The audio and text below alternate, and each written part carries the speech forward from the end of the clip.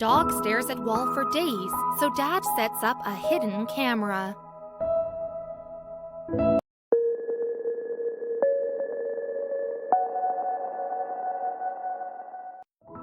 Crosby was trying his best to tell him something. The problem is that he couldn't understand him. He looked back at the wall that his dog was so interested in, then looked over at the monitor with the footage on it. He scratched his head, pulled himself off his chair, and went to inspect the wall. As he did, Crosby sprinted into the room and happily wagged his tail. Crosby hadn't been this animated in days. He decided to listen to his dog and looked at the wall intently. George Miller was single, living in a city far away from his family. He was feeling lonely, so he decided to adopt a dog. The 29-year-old cannot be separated from his pup. In his mind, dogs really are a man's best friend. If someone asks Miller as to how his dog is, he'll immediately call him loyal and one of the sweetest animals you'll ever see. But Miller was unaware of something about his pooch. But what made Miller question everything? He didn't understand how a dog could have done something like this. Was this the same dog that he had adopted? Crosby really was a sweet dog. He loved to play with other animals whenever Miller took him to the park. Crosby would often not want to leave after he grew fond of an animal. Crosby trusted everyone he came across. He could bond with anything. This meant he grew fond of animals next door, a cat and a dog. They'd been getting up to mischief for nearly 8 years, but then the unthinkable happened. Crosby's 2 best friends passed away in quick succession. This left their owner very sad, but as it turns out, Crosby was devastated by what happened too. Miller didn't notice a change in Crosby's behavior at first. They would do the same things every day, but Miller didn't see the warning signs that his dog was giving him. Miller finally noticed when he got home after a long day of work and looked forward to his furry lovingly greeting him. But what he saw instead was something he never wanted to relive. Crosby wouldn't answer Miller's calls. He soon found him staring at a wall in the living room. Why wasn't Crosby answering him? Was his hearing going? Miller called out with even more strength, so his voice reverberated around the room. Still nothing. He crouched down next to his pal and stared at the spot on the wall he was so fascinated with. What was up? Miller was very concerned. He lovingly stroked his dog in desperation, and Crosby suddenly snapped out of it. Miller looked directly at his dog and said, "What is it, boy?" Looking into his dog's eyes, he gave him another pat and breathed a sigh of relief. Whatever was wrong with him, he was fine now. Maybe it was just a bug on the wall. But unaware to Miller, it was something way bigger. Crosby had acted normal the entire night afterwards, but when Miller woke up at midnight, parched, he decided to get a glass of water from the kitchen. As he passed the living room, he noticed Crosby doing it again. But something was different now. There seemed to hang a gray cloud over him. He looked so sad and looked intently at the same spot on the wall as earlier.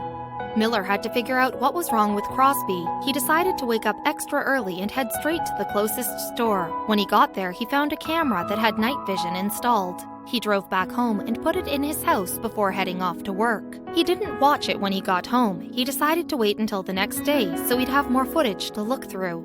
Why was Crosby doing this, and what would he find on the footage? What Miller found on the footage was that Crosby wouldn't stare at the wall when he was away. He'd only run up to the wall and look at it whenever Miller was entering the room.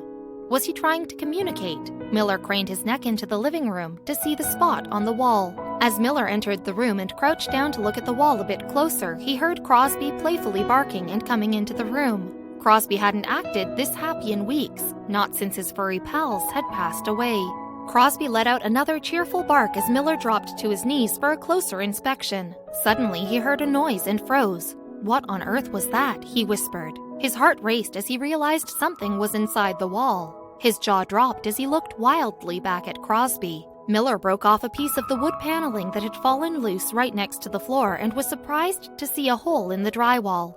He took a deep breath and plunged his hand in until he was elbow deep. But as he gingerly felt around inside, his eyes widened in disbelief.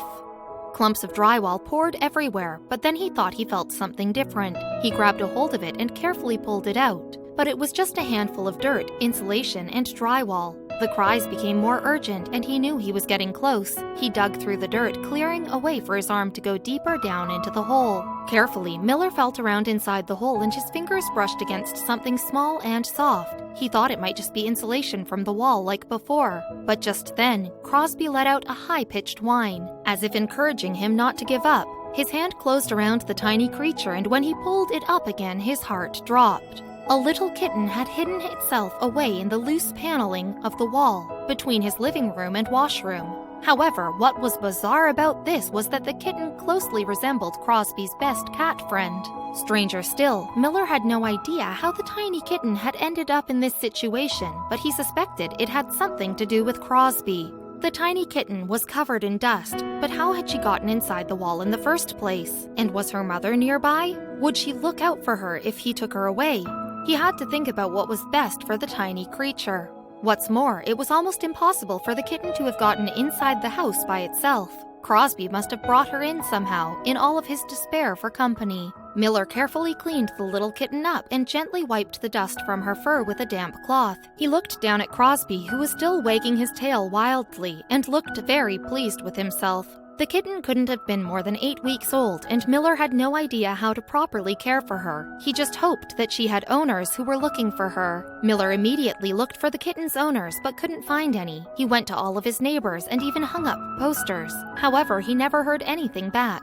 Some neighbors told Miller that they had seen the kitten in the street before and think she's a stray. Miller then took her to the vet. The vet checked the kitten over, but apart from being ravenous and dirty, she seemed to be in perfect health. Then, the vet scanned the back of her neck to see if she had a microchip, but she didn't. Miller posted a photo on his neighborhood's Facebook group, but still, nobody came forward to claim her. Miller knew he had to make a tough decision soon. Meanwhile, Crosby loved having her around. He was becoming more and more like the joyful, goofy pup Miller knew him to be. But still, Miller never really wanted a cat, so he had asked the vet about taking her to the shelter. It broke his heart, but he was determined. Little did he know, the universe was working in Crosby's favor. The vet basically told me that if I took her to the shelter, she'd be put down because there are already over 300 kittens at the county shelter alone that need homes, Miller said. He said I could try putting her outside and hope she goes home, or I could keep her. With no choice but to keep her, Miller arrived home with a new member of their family and a very excited Crosby. It was a win-win. Crosby was no longer lonely, and the kitten now had a loving home.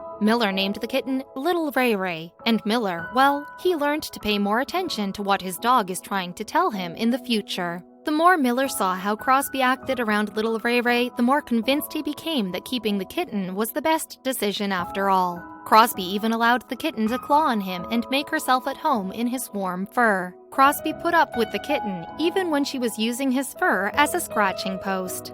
Thank goodness for people like Miller, but shelters all over the world need all the help they can get. So always remember, if you are unable to adopt, you may be able to foster. If you are unable to foster, then you can donate, or even just help spread awareness about rescue organizations and the amazing animals waiting there for their forever homes.